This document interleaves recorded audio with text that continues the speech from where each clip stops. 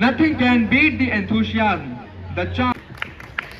उसमें बात नहीं करनी, मेरे साथ तुम नारे लगाओगे और आपकी आवाज रेड लाइट तक जानी चाहिए।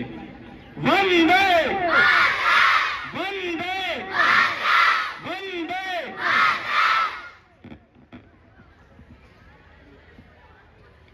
Respected HO sir,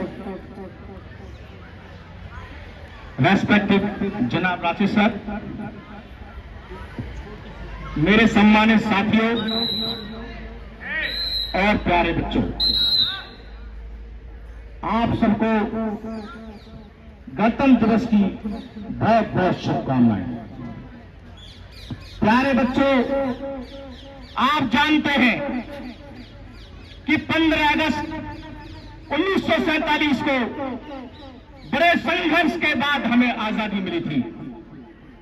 उस समय जो हमारे स्वतंत्रता सेनानी थे, युग पुरुष थे, उन्होंने एक संविधान सभा का गठन किया और उन्होंने विचार किया कि अब हमारे देश को आजादी मिल चुकी है तो देश का अपना एक संविधान होना चाहिए।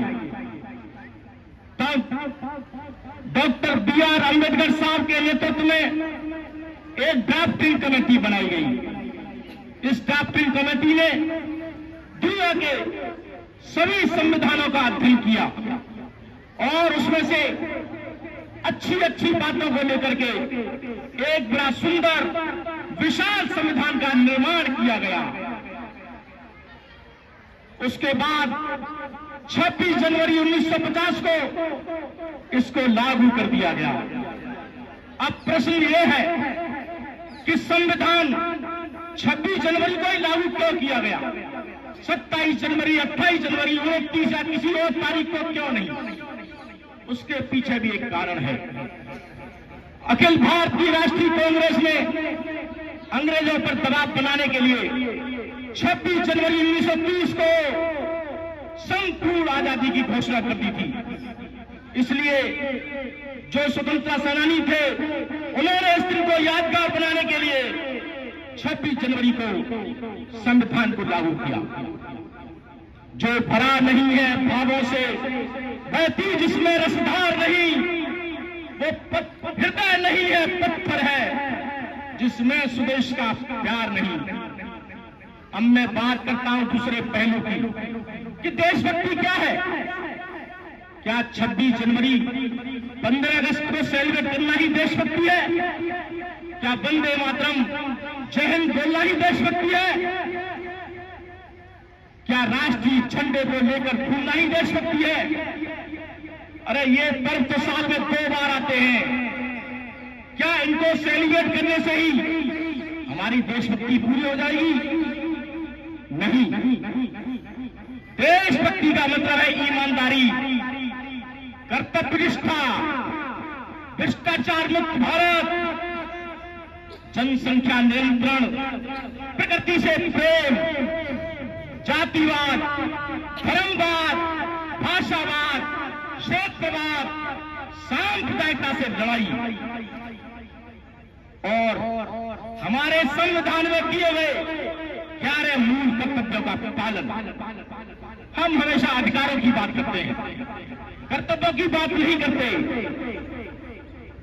हमें अपनी ड्यूटी पूरी ईमानदारी के साथ निभानी पड़ेगी। हमारे मन में यह भाव होना चाहिए कि हमने देश के लिए क्या दिया, ये नहीं कि देश ने हमें क्या दिया। यदि हमारे क्रांतिकारी स्वतंत्रता सेनानी अपने बारे में सोचते, क्या हमारे देश को आजादी मिलती? नहीं मिलती।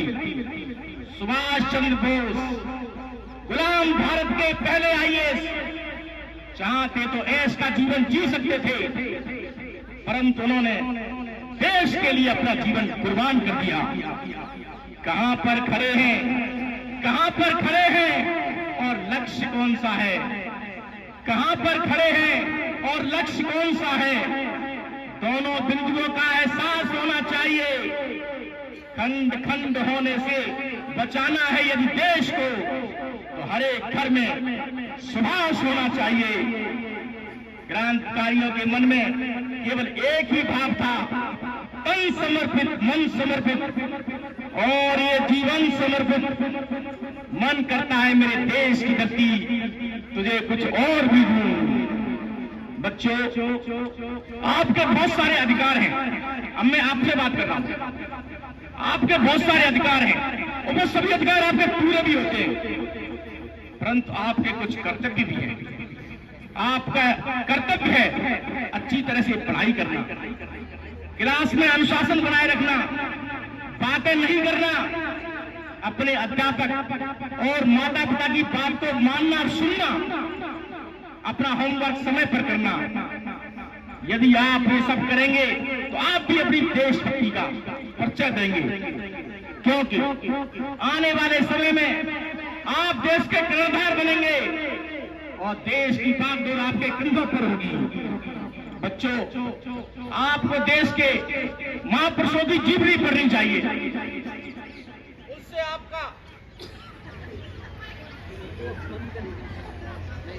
उससे आपका जीवन बदल जाएगा और आप एक अच्छे नागरिक सिद्ध होंगे। बच्चों, आपने खुदीराम बोस का नाम सुना है? वो देश के लिए कुर्बान हो गए। 18 साल 8 महीने में उनको फांसी लगी थी।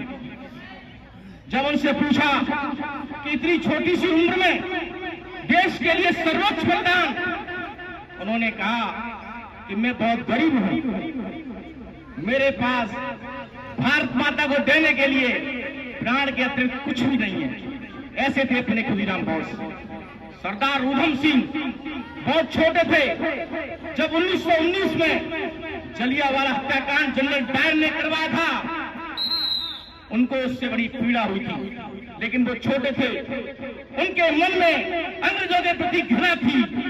उन्होंने कसम खाई कि मैं जनरल डायर को मारकर इस हत्याकांड का बदला अवश्य लूंगा।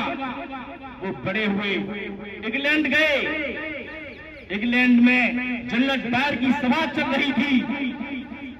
उनकी जेब में पिस्टल थी और चले भी थे।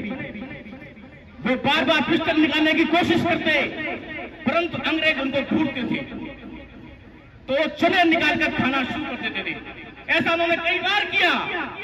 अंग्रेजों का ध्यान हट गया, उन्होंने अपनी पिस्टल निकाली और सारी की सारी गोलियां जनरल डायर के सीने में उतार दी। उनका बदला पूरा हुआ, फांसी लगी और देश के लिए कुर्बान हो गए। ऐसे थे अपने क्रांतिकारी। आज उनकी वजह से हम खुली हवा में सांस ले रहे हैं। मुझे न तन चाहिए न धन चाहिए, मुझे न तन चाहिए न धन चाहिए, बस अमन से भरा ये वतन चाहिए। जब तक जिंदा रहूं इस मातृभूमि के लिए, और जब मरूं तो तिरंगा कफन चाहिए। जय हिंद।